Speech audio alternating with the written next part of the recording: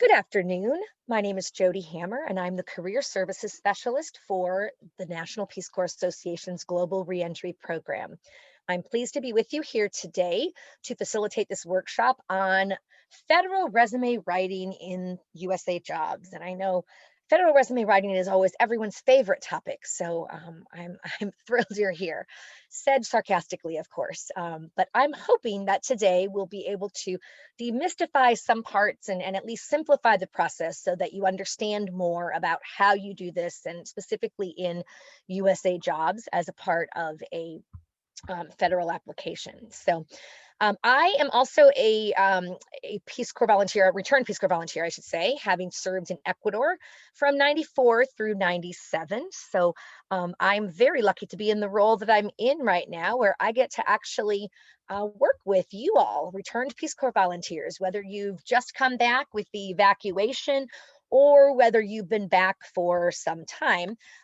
It's really, you're my favorite population. And before this job, I worked with RPCVs also, working with Peace Corps headquarters and running their career center for 12 years. So really enjoy this opportunity. They have term limits, so of course you can never stay forever. And I'm really excited to be on board here at NPCA to help all of you with whatever career questions you have. And as I said, today we're going to really focus on federal resume writing. So let's first of all, I had asked you before the session started to give me a little bit of more information on, like, what's your biggest frustration with federal resumes? And so I'm looking here in the chat box, and I see for Sarah is saying the fact that I don't have a job yet. Yeah, I get that. That is clearly the most frustrating part, right? And I hope that when we talk more about federal resumes and help you to craft a powerful federal resume, that it will get you to that level of where you're referred, what's called referred, once you meet the minimum qualifications and you are forwarded on for further consideration by the resume panel usually, and then the interview panel and all of that. It's quite a process. It's frustrating in that regard as well, but hopefully will help to shorten that job search. So thanks for being with us, Sarah. Let's see. Nastia says navigation around waiting after the application submitted, and the post-application follow-up protocols. Yeah, absolutely. That can be super frustrating, because it's kind of like, it seems like USAJobs is to most of us, it appears to be a black hole, if you will, where you work really hard on getting fine-tuning your resume and your cover letter and all of your application materials, and you fill in all the boxes, you do everything right, and you push send, and then it's like this black hole. You feel like you never hear back, or it takes a long time. So technically, with federal jobs, technically you should receive status of what's going on with your application. Now, does that always happen? I definitely hear of situations where people are saying that it's not happening. Does it happen timely? Yeah, not a lot sometimes. So it could take a long time, but at minimum, they should eventually, you should have the auto generated when you apply through USA Jobs. That's part of the beauty of that, is that you can then access what the status is. You can go back and check what's the status of your application, all of those kinds of things, and get more of an idea of where they are in the process, right? Or where the process sometimes is held up by a lot of different factors, right? So they could have every intention of hiring, and then once they post it and they're getting applications, something happens and it's delayed, and that's going to be an extra, who knows, maybe a couple months even, right? So I hear frequently of people who get called for an interview. They get contacted on an application that they submitted months ago, which of course is hard to even remember what application you submitted. But again, that's one of the good things about USA Jobs. For federal applications, you have a little more of that tracking, where you can access more, the description and your, resume, all those kinds of things. So that can be at least helpful. So wonderful. So let's see. So today we're going to, that was a couple of the things there. That's really what I saw here. We can come back to the chat box as well. If you do have questions throughout, please do dump them in the chat box, and I'm happy to answer those either in the moment or certainly at the end. We're going to have plenty of time for open Q&A. I don't have a lot of slides for this one. It's more to support you in where you are and help answer some questions. And I do want to say, I am not an HR specialist. from, a federal agency, so I'm not putting out there that I necessarily know all of the answers, right? I have worked quite a bit I've been a federal employee, and I've worked with federal agencies on, hiring and things like that in different, capacities with my former job. As well. So I definitely have insight into it, but I never want to say what I put out there is the end all be all. This is how it is. So, you could always do additional research as well, or, I might not know an answer, honestly today, in which case I'll say, I'm not really sure on that. Try connecting with and, connecting you to some resources that can help you with those as well. There are some good resources that are out there to help you. Okay, so let's go ahead and dive in and talk. We've already talked a little bit about the application process and how frustrating that can be, right? And how long, and the federal application process is definitely a longer process than your normal, right? Because typically, and this I'm going to do a separate workshop on like just USAJobs and understanding, and applying via USAJobs. This one's more specific to, intended to be more specific to the resume itself, but we can certainly answer other questions as time permits in the end, which I'm sure there should be time. But it's a longer process than the normal because there are specific stages that they do, right? They, first of all, to get a job posting up takes a lot, right? They've got to go through this whole long process and, get it approved, and this whole, it can take a very long time.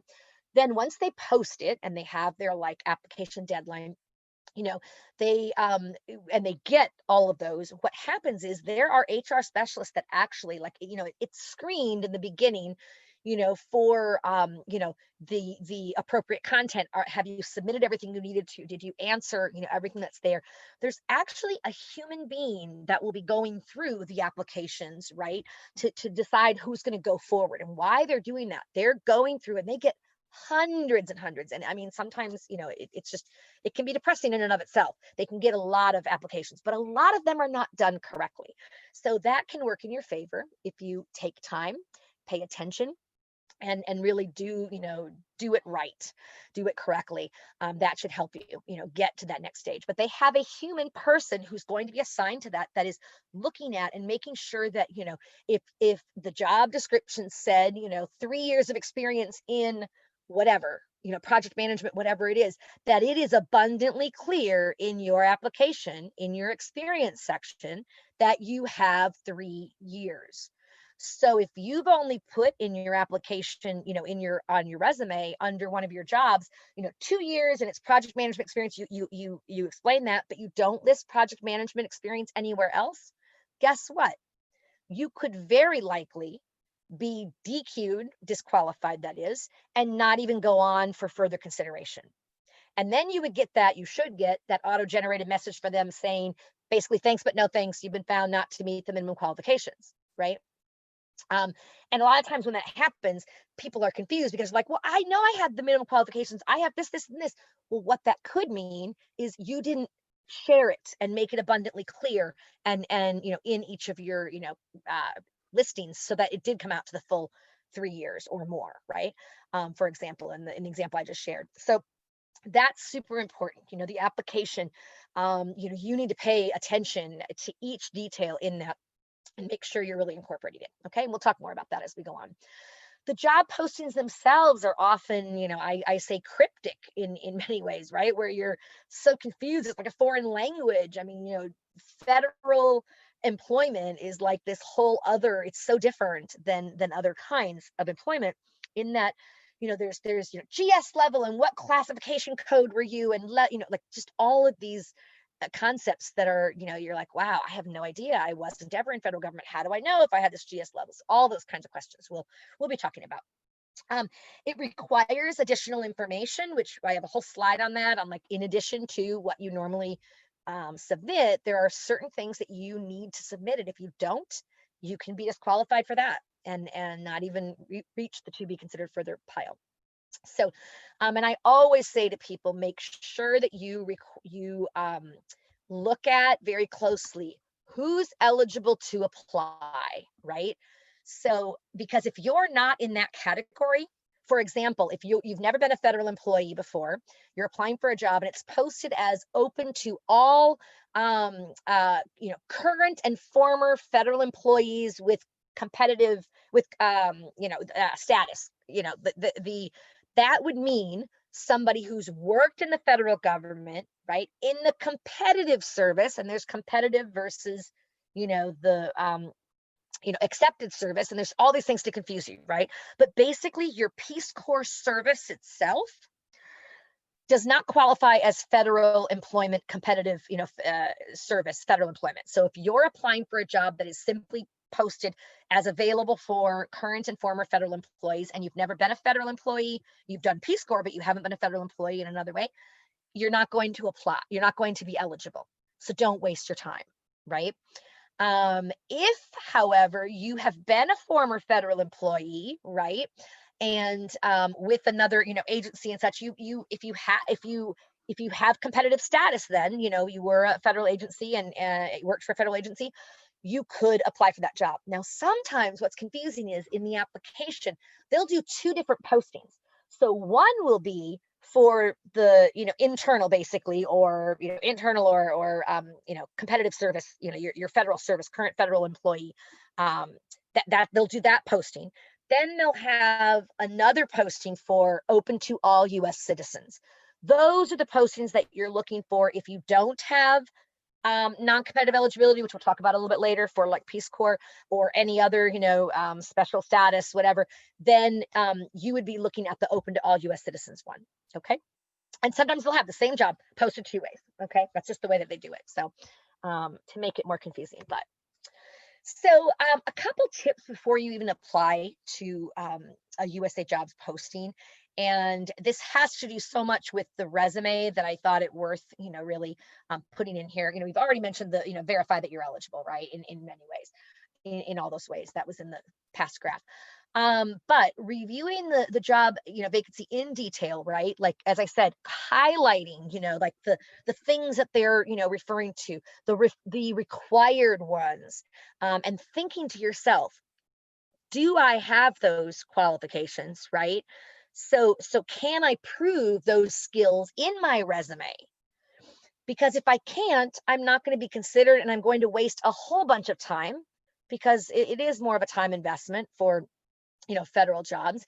And you don't want to just use the same resume and just put it up for 20,000 different, jobs and not tailor at all, because guess what? That's not going to get you further. So, whereas, some people would be like, I'm just going to throw everything against the wall and see what sticks. That's one philosophy, but it's not a recommended one. Because I would much rather see you tailor your resume, really tailor it, right?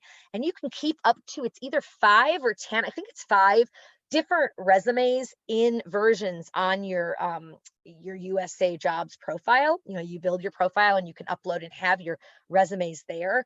And that makes it a lot easier, because when you get a new job post, and you can just edit one of those existing resumes that are the most similar, and then you send that one's going to be attached a PDF with that application. So don't worry, it's not like you can only have 5 total different ones. You can personalize them, right, and tailor them, and each one will then go in at the moment that you submit your application. That version of your resume will be captured and will be with that. So that's good to know as well. So before you start even working on your resume, making sure that it's a good fit for you so that you don't waste your time, is what I want to say about that. Okay, great. So how to build a resume in USAJobs? Well, first of all, signing into USAJobs, right? If you haven't built your profile, you should build your profile, and it's pretty easy to do. There's a really good help section for USAJobs. There's, the FAQs, and then there's a whole help, source that you can put in detailed, questions and stuff for, main themes, and get a lot of good information from that. So, they're not trying to make it, even though it comes across as very convoluted and oftentimes confusing and frustrating and all of that, that's not their purpose. It's just a fact that, let's face it, federal government equals bureaucracy in many ways. And even though Peace Corps, when I worked with Peace Corps, I felt like it was less bureaucratic than other, federal agencies, and I've worked with others. It was still bureaucratic, because there is this, just there's a shell of bureaucracy that just kind of, I mean, for many reasons, and requirements and making sure things are done in this way, that way, you know, all of that. So, so that can be confusing, but there are really good help features on there as well. But you know, you just create your profile, and then you can either, now when you go into USAJobs and you go to your documents, right?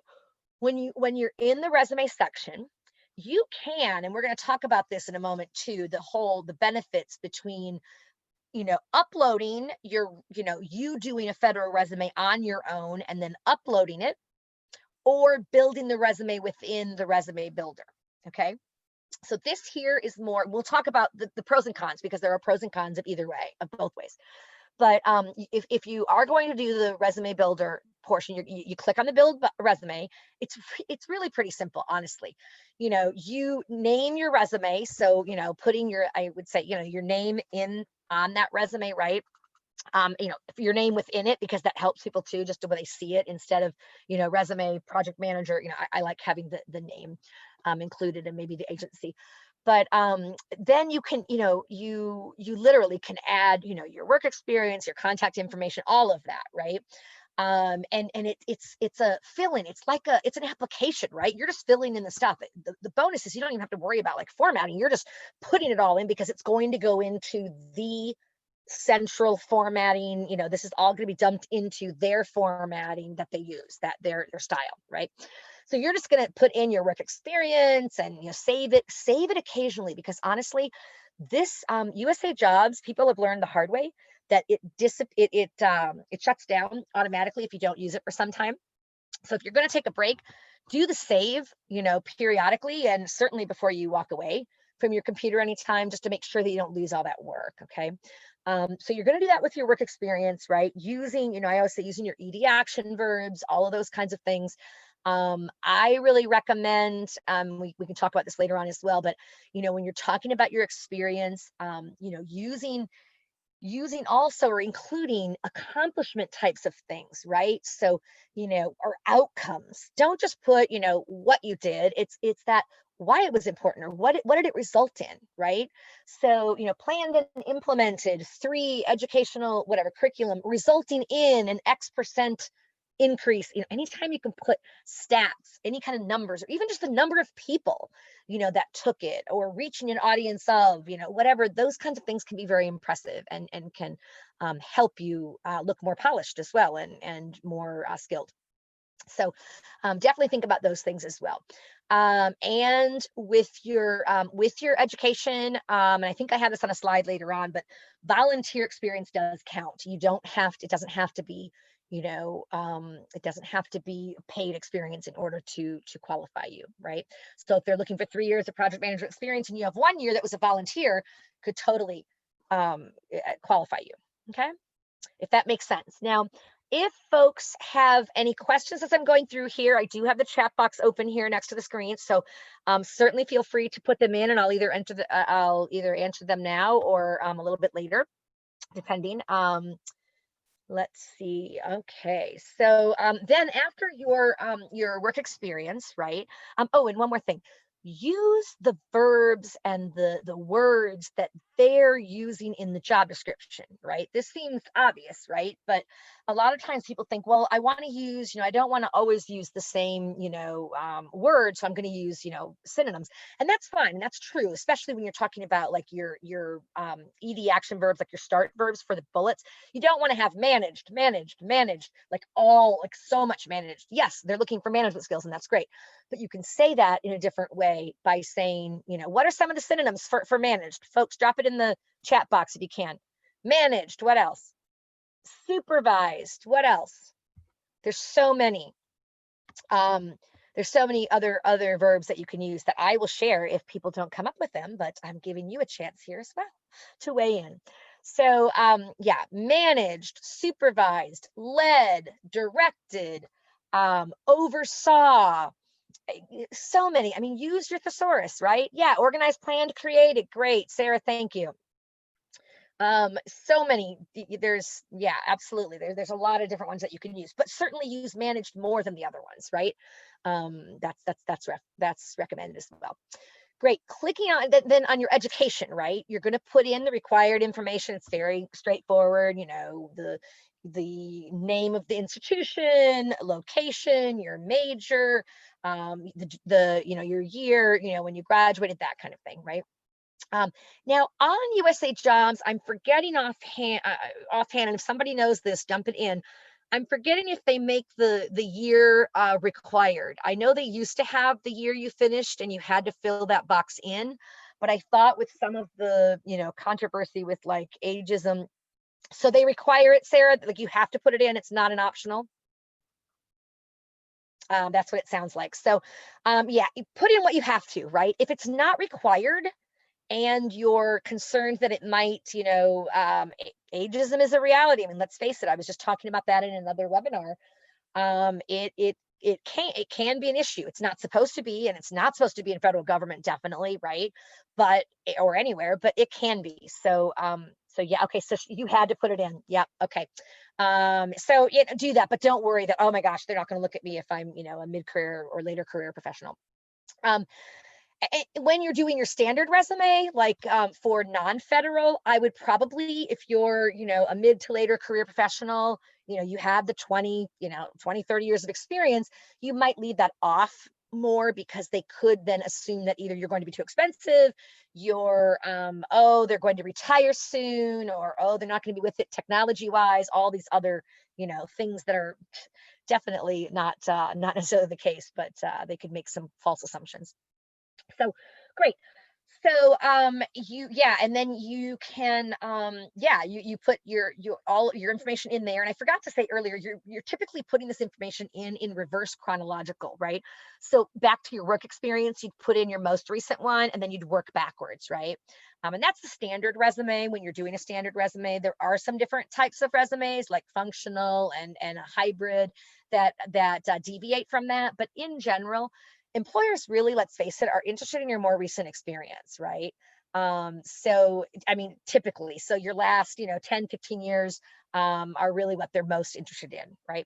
So do the reverse chronological, and the same generally with your, you know, education as well, right? You want them to see your master's if you have that first and foremost before anything else, which is great. And then the references, right? You know, the that you have, you know, that you can add in there and, you know, repeat it. So you know, you have all of that is stored. And what's great is when this is in there, it just makes it so much easier. You're not having to, you know, plug in. So that's definitely one of the advantages of using that, right? There are options for you to enter more information, like the ones that are listed here, right? Language training, or, you know, special maybe certifications or things like that. Another thing that you really want to make sure that you add in, and this isn't in this outline here, but awards, right? If you received an award, that's a great one to put in and make it, you know, they want to see not only what you did, but the outcomes and any awards, or, you know, like increased, you know, responsibility level, right? Promoted. So say you were in a job and you were awarded, you received some award, you know, you could have that on as a bullet, recipient of blah blah blah award given for excellence in whatever it is, right? So or received so and so award, right? However you want to have that. Some people will have like a separate category for awards and have them there, which is also an option. I mean, I think either way can work. Any questions on what we've talked about so far? I guess I want to stop, take a breath, let you ask some questions before we go on and talk a little further. And I also want to apologize that there's no camera for me. My camera is still not working on my with Zoom. We're waiting for my new laptop to arrive for work, so so I apologize that I can't be there kind of with you. So just drop any of your questions so far into the chat box. All right, so Meg has a question. Do you recommend using JobScan or something similar to check matching vocabulary before submitting resume?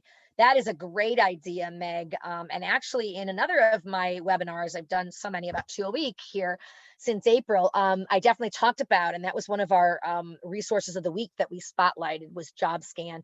For those of you who aren't familiar, basically, it does, it's kind of like with the word cloud, Wordle, it creates a word cloud, whatever. What this does is basically compares your content, so your keywords and stuff, whatever you included in your resume, with the job posting. So what you do, it's as simple as posting your resume in it, including the text from your resume, and then including the text from the job description. The only difficulty with doing that, Meg, for federal jobs is you don't want to just put the, URL, right, the link to the entire job description, because as we know, federal, job descriptions, they're very verbose. There's so much more information that has nothing to do with what your skills are and stuff that you're not going to be including. So make sure that you just copy the text from the requirements of the job description, those kinds of pertinent areas, so you can get a true reflection of how well you're doing. And what's really cool is you push enter after that, and basically it generates awesome information that shares information such as, okay, these are the skills that you've really proven in here. It shows up X% of the time, and that's what they're looking for. This is another requirement that you only have 20%, or it's only showing up, it's not showing up very much, right? So it helps you at a glance to go, oh gosh, I got to go back and really highlight that, finance section or whatever skills that I have, to make sure that you really come out shining. Now, correct me if I'm wrong, Meg, but my understanding is that JobScan does a limited number of them free, but I think at some point you begin to pay for them. And I don't know how much they are, how expensive that is, or how inexpensive it is, but that's something to take into consideration. But I know that you can do, if you did it just once, you probably did the free, try it out. And that's great. And I want to say, for some reason, at least at one point, they were giving like 5 free ones away, and that's enough to really make a concerted difference in what you're doing and all of that. So great, thanks, Meg. That's a great question. Are there any other questions so far about the presentation so far, the discussion, building a federal resume in USAJobs? And we have a small enough group. If you are comfortable, I'm happy to have you, unmute and, and share as well. So that's fine as well.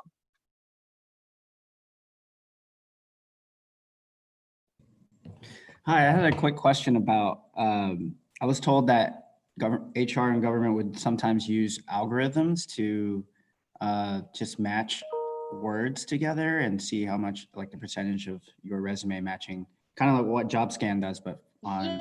Yeah. Is that true? Well, from my understanding, and again, because I've had this question before too, and I've wondered myself, right? My understanding is there is some sort of automated system that can that helps them in some way, like in the very beginning, right? There's also an actual person who then will go in, and any ones that come, and make sure, or whatever, there's somebody else that's doing it as well. But it's a little different than like just what JobScan does, I think. But it might be, for example, if they say, if it says, do you have a college degree, or do you have this, and it's one that requires it, those kinds of things that are so basic that there's no, like, I mean, if you have it or you don't, and if you said you didn't, then you're not going to, be qualified for, the job. So, that's my understanding. Anyone else hear anything on that? It's not, they don't do as much of like the ATS. It's kind of their own version, if you will, but, applicant tracking systems in the private sector are quite common, especially in like, your Fortune 500 companies. So they're very common there because they get so many applicants and applications that they're just trying to, get through them. Which brings me to another point. And again, this is on the side, but very quickly. Make sure that you submit your application as soon as you can, when they say, sometimes they'll say the closing date is, maybe it's November 30th, or when 200 applications are received. If it has a number, that means they're expecting a lot of applicants, and they're not going to, this is the easy way to not have to deal with looking at 1,000. If, they put that down, it's like, or when 200 have been received. So in other words, don't wait until the end. Do it, as soon as you can. And also don't wait until the end, because sometimes USAJobs is down or something happens and you're trying to load it. And it's like, it's not loading. It's, meanwhile, it's 11:59 and you're freaking out because the closing date is, midnight. I've had that happen where, an application, was missed because it just, wasn't working. And if it's something within USAJobs, like system wide, they might make some exception, but in general, you either do it or you don't before the time. So hope that helps. All right, so let's go ahead. We'll go to the next slide. Please continue to put your questions there so that we have those. We're in pretty good shape here, time-wise, so we should have plenty of time to answer some questions, I'm hoping. So your federal resume versus standard resume, I think it's important just to compare them very quickly, right? Because they are different, right? But how? So basically, your federal resume, right? Think of your regular resume, and everything that you share there is applicable for the federal resume, right? So when we talk about the federal resume and the requirements, it's above and beyond what you do for the regular. So in addition to all of the regular standard, nonprofit or whatever non-federal resumes, what you put on there, you also put your citizenship, specifically if you're a non-US citizen, you put where your citizenship is, what country. Now for the vast majority of, as I understand it, for the vast majority of the jobs that are like federal employment jobs, full-time federal employment, you typically have to have US citizenship, right? But there can be, I guess some exceptions in certain things. Your full mailing address, and this is different than the standard resume, because in the standard resume, you don't have to put your mailing address anymore.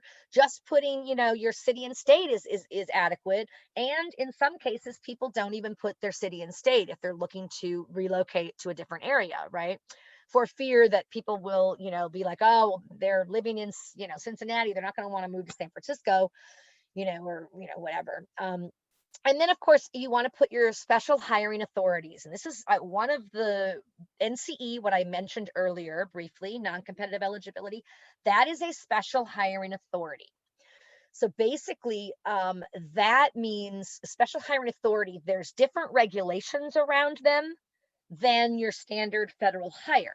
So in essence, it becomes easier to get in, easier to be considered, because if they're putting it up for one of these special hiring authorities like NCE, veterans preference, is par for the course, but other, special ones as well, disability, Schedule A, that kind of thing. If you possess one of those special hiring authorities, definitely put it on regardless, even if they're not listing it as a special hiring authority, whatever. I always think it's worthwhile to just have it on there when it's active, except if it's a non-federal job. Don't put it on if you're going for a nonprofit job, because non-competitive eligibility is going to mean nothing to them. Like, what is that? It's going to just confuse them. But anytime you're doing a federal resume or federal application, and if you do have non-competitive eligibility, get it on there. So great. And you can list it as simply as, non-competitive eligibility for Peace Corps service, or some people will put, Peace Corps non-competitive eligibility through, active through, and they'll put their, closing date. I know many of you who are, those of you who were evacuated, your NCE, I know, is ticking, and I think you're at what now, month 7, is that right? There's definitely time to get a federal job. I would start really going for it, just to, be sure that you have some time in it, but definitely apply for it. And some of the jobs you're going to apply for are going to be specific for the special hiring authority, right? Like, I'm talking about your regular standard federal resume right now. But if you're going for a job that is being posted through for a special hiring authority, right, via that, you better dang well be sure that you put your non-competitive status, that you include that right up on the top. I would probably put it either as, right up under your, information, or somewhere where it's a special, and also mention it in a cover letter, mention it anywhere you can, because you want them to see that. Okay. And if there are some questions on this too, again, put it in the chat box, and we'll get to as many as we can. Okay. In addition to all the information so far, you need to put if you were a federal employee before, you're going to have a grade, right? So you have the GS scale, is the general services scale. That's the standard one, right? But there are so many different ones. Peace Corps headquarters, Peace Corps, the agency, is on the FP scale, which is like the foreign personnel or something like that. And it's super confusing because you have your grades, and the higher the grade, generally the higher the pay with your GS grade. But in the FP scale, it's the lower the number, the higher the grade, the money, all of that. So it's super confusing. Reach out to me if you have additional questions on that part, or throw them in the chat box and I'll come back to it as time permits. I'm happy to help all of you, each of you individually as well. I mean, that's what I'm here for. So just let me know. And then hours per week. Yes, you need to put your hours per week in for each of your jobs. And that's because to qualify you, if they were looking for, 2 years of, experience in, whatever, and you have listed it at 2 years and it's, under one of your postings, but that posting was 20 hours a week, that's half time.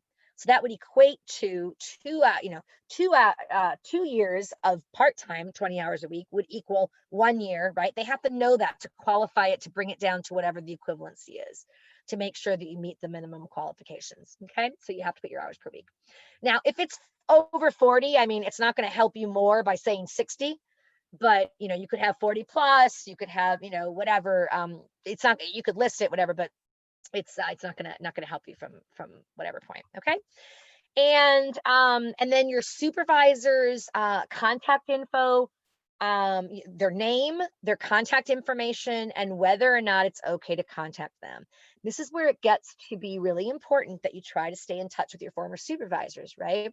They may not be your standard reference, but they want your supervisors from each of your jobs for federal employment.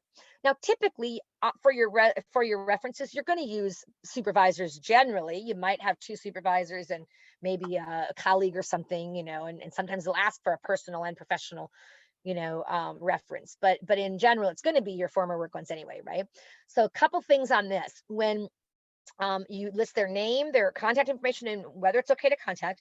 If they left, if they've retired, you might put in parentheses retired, but still, if you have their information, you kept in touch with them, that's even better, if possible. But they understand that people leave, no longer in touch or whatever. But when you can stay in touch, it's really very helpful. Now, what do you do if you had a supervisor? If you have a supervisor that you really don't want them to contact, right? So for each of your jobs, you're going to put your supervisor's information, and then you have a choice, okay to contact, like when you do it in USAJobs, right? Ask me first, or, notify me first. And the third one, do not contact, right? So it's not a huge deal if one of them is listed as do not contact, but what kind of impression does it give if every employer, right, that you have listed says do not contact? What do you think that might mean to them?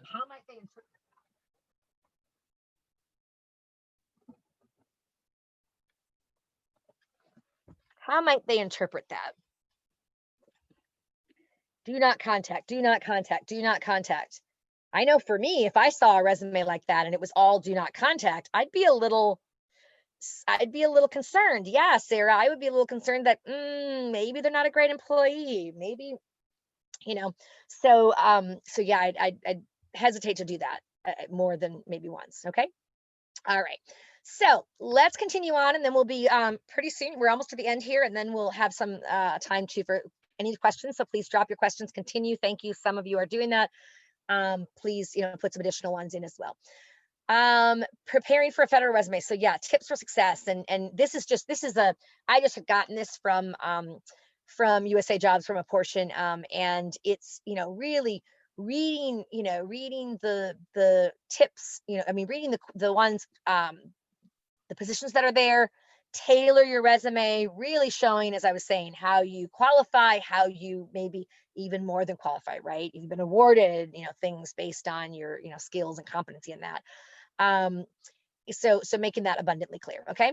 But using the words and terms from your, from the job description and also from, the ones that are big in that industry, right? Or not industry, but like, if it's in contracting, use the language of the contracting thing and talk about maybe some, maybe you did an educational, certification in contracting, things like that, like make it really applicable. And, the more detail, the better. Yes, I agree with that to a point, right? But you don't have to absolutely put everything about your life on the resume either, right? Federal resumes are longer than your standard resumes, right? So they should be generally longer than a page, right? And it's typically 1 to 3 pages easy, if it's a standard, if you're doing it on your own formatting. If you're using the federal, your USAJobs formatting, you're just putting the information in, because of the way that they space it out, everything takes a line, like, one little part of a sentence, they don't do it, it takes longer. So oftentimes it's more like 5 pages, right? Now, I have seen federal resumes that are, 15 pages long. I mean, there's a push toward like shortening them up and tightening them up now, but it used to be, it was really the longer the better overall, and just put everything and anything. And that's just not always that's not necessarily the case anymore. I think you want to put everything that's going to help you, but stop in some degree without going into too much detail. Unless, if you're going for a very senior, right, a 14, SES position, those kinds of things are going to take more experience, or more space to describe your experience, right? And again, as I said earlier, relevant experience from, volunteer stuff, is definitely should be included as well. Okay. So how are we doing? Are we okay? This is my little lifeline here. Are we okay? Are we overwhelmed completely? Have I overwhelmed you? I want to now stop and really just take questions. And I know we have some questions in there already, and I'll start to go through those. And I would ask the rest of you to please definitely, put additional questions in there if you think of them. So I'm just going to go through what we have in the chat box here. Meg, if you're an RPCV who no longer has NCE, should you still emphasize that you're an RPCV at the beginning of the resume? So even if it's not the most recent position. Yeah. Okay, so to answer that, what I would say is in your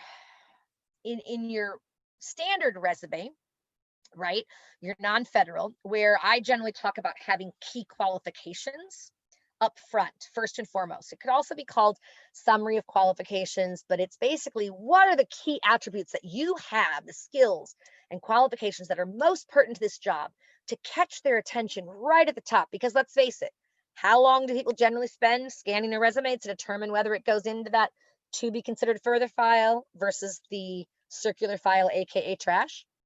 Generally 7 to 10 seconds, which is not a long time. So the thought is get that up there right up front in your, key qualifications area, those things. So and in that area, I oftentimes talk to people about, I prefer to have your qualification statement, like, your first bullet under the key qualifications, an adjective plus a noun that describes you as related to this position, right? With, and then if you have a master's in and X years of XYZ experience, including, because that gets all those really important things right there at the top. Now, if you don't have a master's, no problem. You start with that adjective and noun, plus, with, with 3 years of specialized experience in including whatever, right? So your adjective and noun might be like a great one if you are bilingual is, bilingual professional.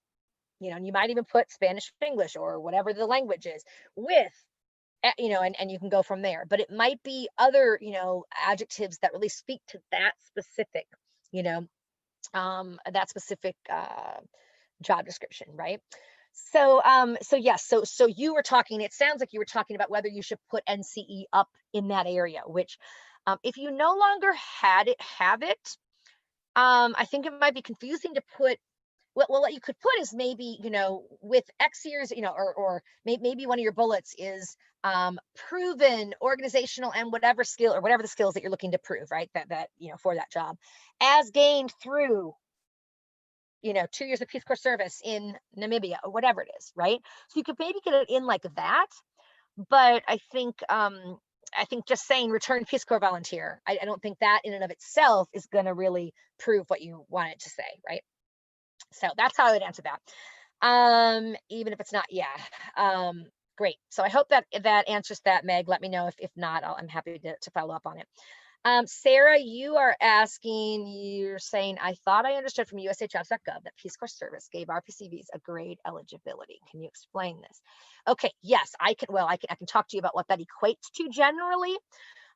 Also, these pertain only to federal jobs, supervisors reference. Yes. Okay. So first, to answer your bottom part, the federal jobs, your supervisors reference, and including their name and stuff, you would not put that on a standard resume. You would only put that on your federal resume.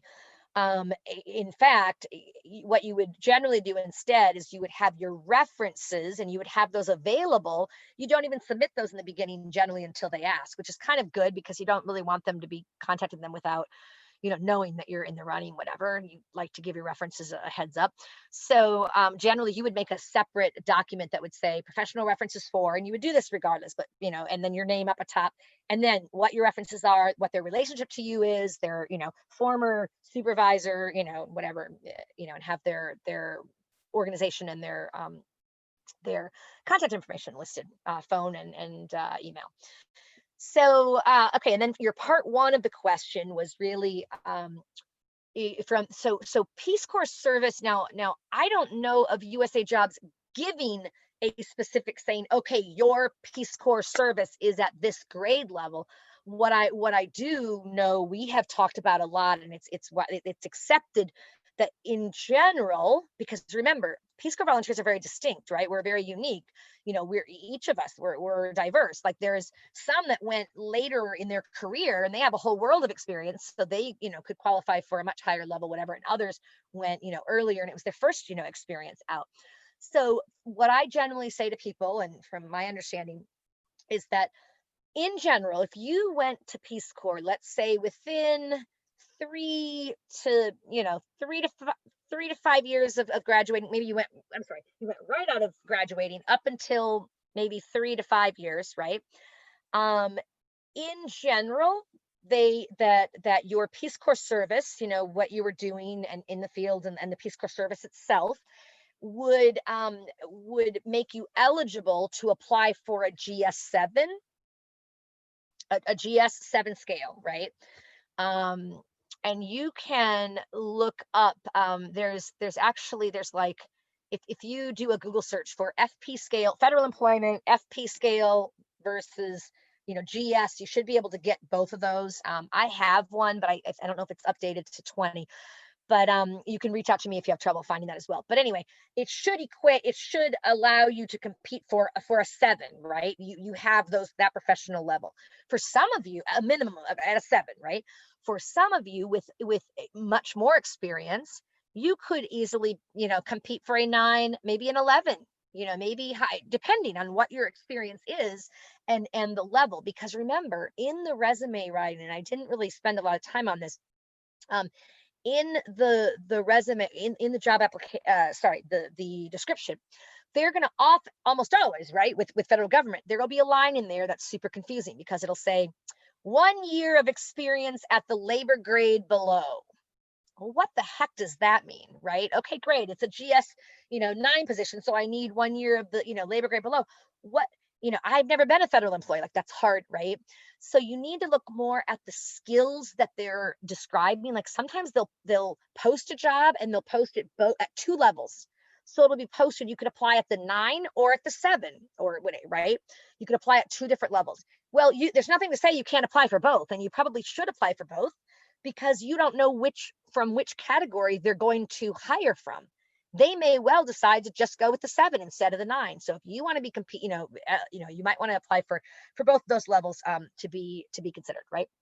Maybe you're overqualified for the 1, and you can try to negotiate, but with government there's not a lot of negotiation possible. But at the same time, if they were offering it at a 7 and a 9 and you meet both, you could certainly when they make you a tentative offer, you could certainly go back and say, I'm really excited about this. I'm, confident that it's an excellent fit for me. I'm wondering what, if any, flexibility you might have with it. And you can't, if they just post it as a 7, you can't negotiate for a higher. There's no negotiation in that regard. They posted it at a 7, they have to fill it at a 7, right? But what I'm saying is if they posted it at both a 7 and a 9 level, and you applied for both, and then they come in with the, with the offer at the 7, and you say, I'm really excited about this. Just had one question for you. I had applied at both levels. I wanted to make sure that I was considered, and this and this. Is there any flexibility of applying, of being hired at the 9, given my 10 years of specialized, whatever, blah, blah, blah. So you could certainly try to make a case with that. Okay. Okay. Let's see. I hope that that answers that. Nico, great. What about salary? Yes, you had an asterisk next to it. Yes. Is it necessary to put in the federal resume builder? I believe, Nico, and correct me if I'm wrong, anyone who's, been on, USAJobs, much more more frequently now. It used to be required, and you would put it, on, if it has, it'll oftentimes have an asterisk or something. It'll say required fields, and then some are not required fields. What I will tell you is that for some government positions, there's a movement, and it's a very good movement, away from, in general, for jobs to request salary information. And that's for a lot of reasons. It's hard for somebody who maybe has started out with a lower salary, maybe because of, let's face it, there's, gender gaps in salary, there's other kinds of discrimination and gaps that, racial things like that could have contributed, right?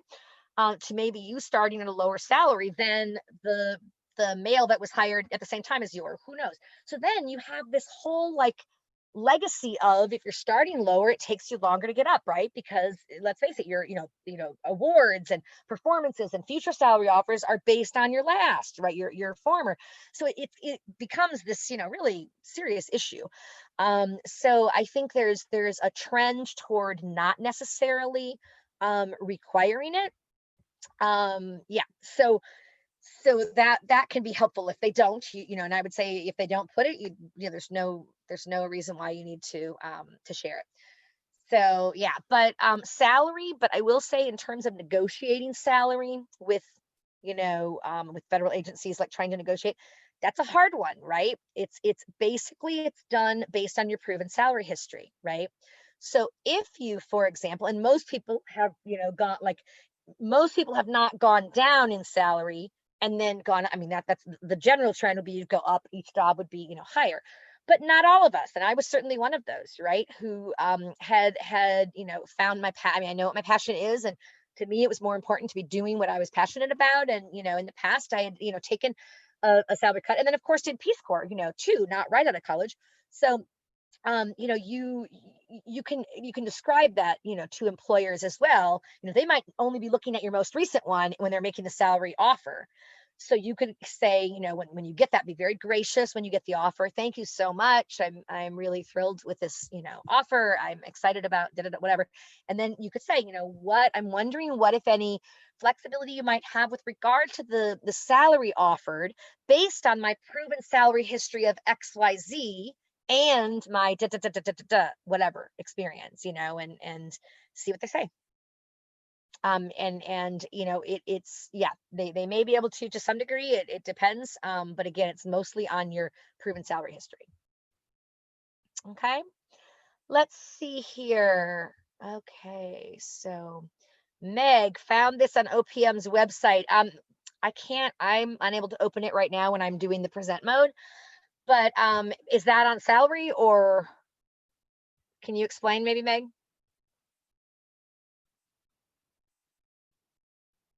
It was on OPM's website a couple of weeks ago. No, that's fine. Yes, with GS pay grade. Great. Thank you, Meg. And that's a really good point for me to remind folks to download the chat box. Just go to the bottom of the chat, box there, and you see the little square with the 3 dots in it. Click on that, and it'll just say download chat. That will allow you to download everything in here, the links, that kind of thing, so you can proceed if there are certain things. And that's great. I love the resource sharing amongst yourselves as well, right? You all come across things, and when they're helpful, it's great to be able to share them with the broader audience. So that's fine. She's going to put in a link. That's great, Meg. Thank you for dropping the link instead. That's easier. Great.